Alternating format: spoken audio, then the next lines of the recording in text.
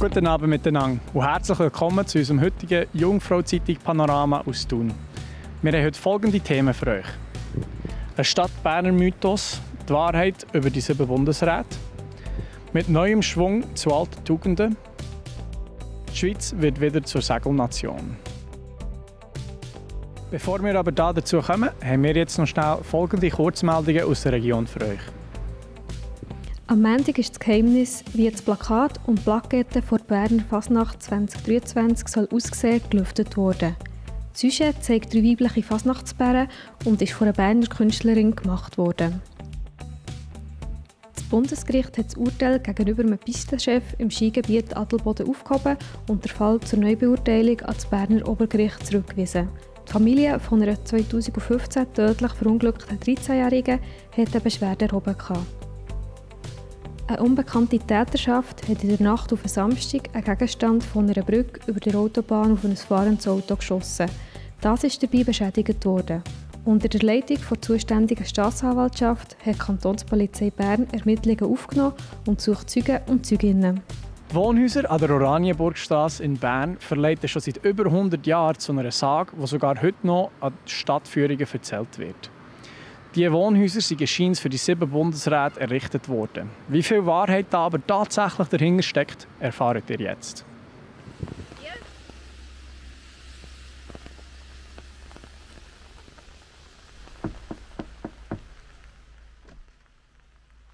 Herr Abeckler, guten Tag, freut mich sehr. Mein Name ist Martin Steiner, ich bin Diplom-Architekt ETH-SIA und habe ein Architekturbüro, Drachsel Steiner und Partner AG, das 1912 von meinem Grossvater gegründet wurde, von Franz Drachsel, der die Überbauung hier gemacht hat, Oranienburgstrasse, was im Volksmund die 7 Bundesräte heisst. Die 7 Bundesräte, das ist ja ein bisschen irreführend, sage ich jetzt einmal. Genau, das ist eigentlich, hat nie ein Bundesrat hier gewohnt, ich kenne die Geschichte von Anfang an, oder es ist 1923 hat mich angefangen, 25 fertig. Hier hat nie ein Bundesrat gewohnt, es war auch kein Auftrag von irgendeinem Bundesamt, sondern es war eine Wohnbaugenossenschaft, die hier die Häuser planen und bauen.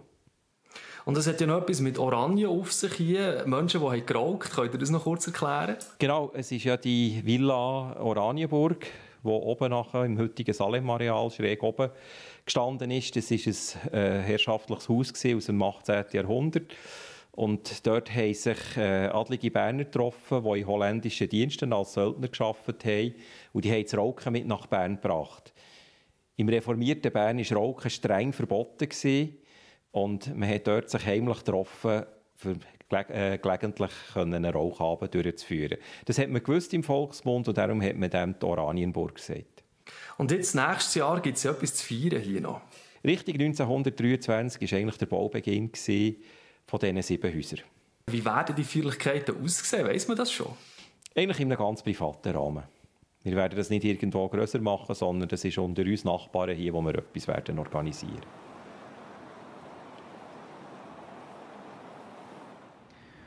Mit seiner langjährigen Geschichte ist der FC Almendingen im Kreis der Thuner Traditionsclubs fast nicht mehr vorzudenken.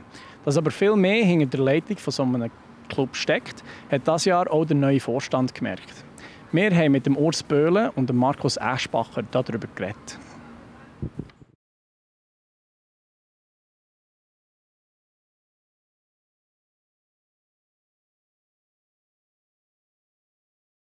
Also für mich ist es mittlerweile eine Herzensangelegenheit. Ich wohne seit x Jahren in Almendingen und für mich ist vor allem ausschlaggebend, weil es der Club ist, wo meine Gielen seit den Junioren eingestiegen sind und mittlerweile wirklich für mich auch so eine zweite Familie ist geworden. Mittlerweile als Zuzüger zu Almendingen habe ich hier durch den FC Almendingen ganz viele Leute lernen kennen und damit ist das eigentlich auch für mich wirklich Heimat geworden, zweite Heimat geworden. Und wenn du etwas zurückgeben kannst, an einem Club oder einer Gesellschaft, finde ich das eine coole Angelegenheit. Viele Leute kennen, die schon hier shooten, deshalb bin ich jetzt so dazugekommen.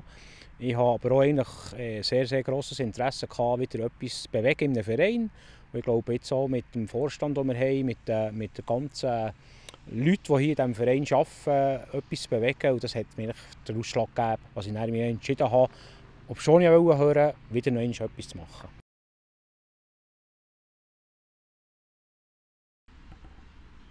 Gute Frage. 5:4. Sieg ist mal das Wichtigste, sage ich mal. 5:4, weil ich natürlich als Zuschauer Goal sehen will. Und wenn es ein attraktives Spiel ist, hin und her, was viel Goal gibt, ist das natürlich für einen Zuschauer sehr attraktiv.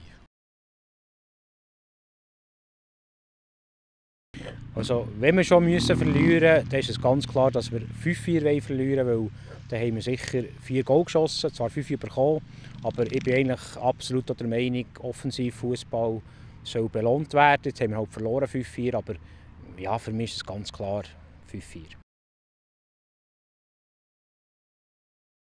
Also ich hatte immer Typen gerne wie das französische Mittelfeld rund um Platini. Also Tigana und Gires waren für mich so 2 Hauptspieler. Das ist so ein bisschen der Spielertyp, den ich extrem gerne habe. Eher so ein bisschen die Zurückhaltenden, vielleicht die Stillen, die Schaffer in einer Mannschaft.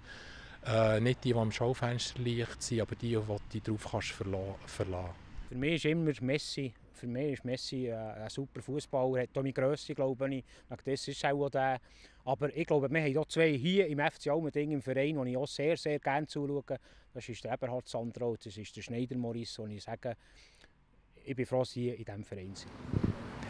Alinghi Red Bull Racing will die Schweiz wieder zu einer Segelnation machen. Diesmal in Zusammenarbeit mit Red Bull. Das Ziel ist es, am America's Cup 2024 zu gewinnen. Das Segelteam trainiert jetzt schon seit diesem Sommer in Barcelona.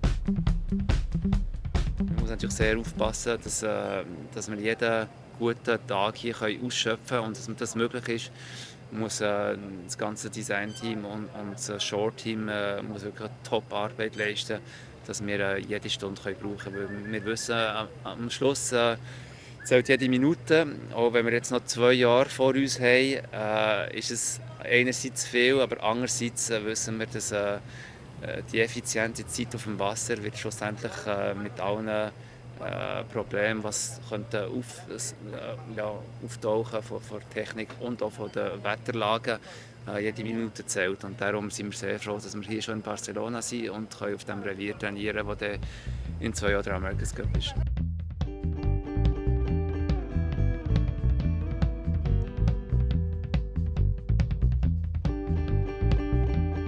Für uns alle war es das erste Mal auf einem AC75 zu segeln. Es ist sicher etwas ganz Neues, es ist eine ganz andere Art von Segeln. Man hat ein paar Trainings gebraucht, bis wir drin sind. Aber mittlerweile Learning Curve geht steigend rauf und jeden Tag verbessern wir uns.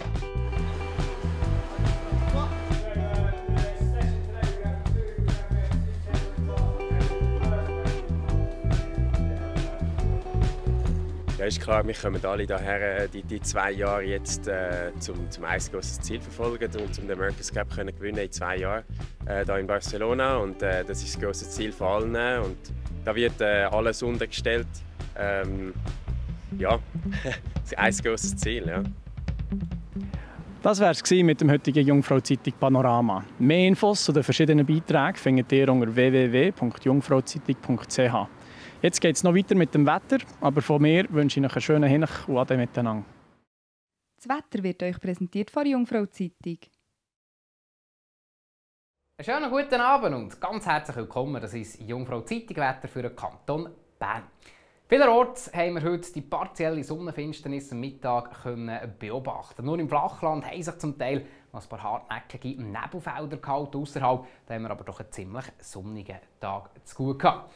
Jetzt in Nacht auf morgen, da streift uns nochmal eine Störung. Es ist eine Warmfront, die zieht aber morgen im Verlauf des Tages schon weiter Richtung Osten.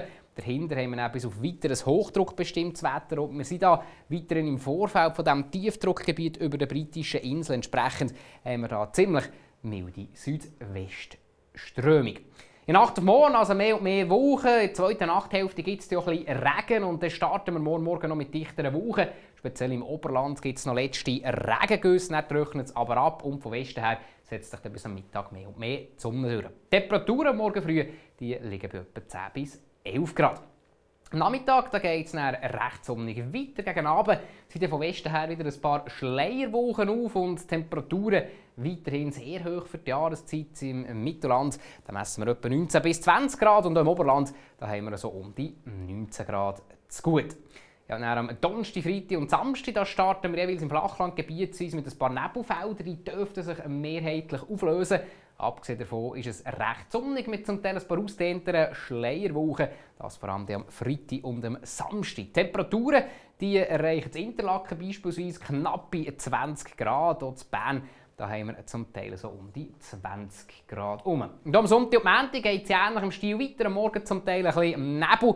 Der löst sich auf. Es ist insgesamt recht sonnig mit Schleierwolken und weiterhin sehr mild bis warm.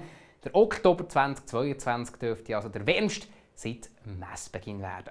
Meine Damen und Herren, das war es vom Wetter. Einen schönen Feierabend und auf Wiedersehen miteinander.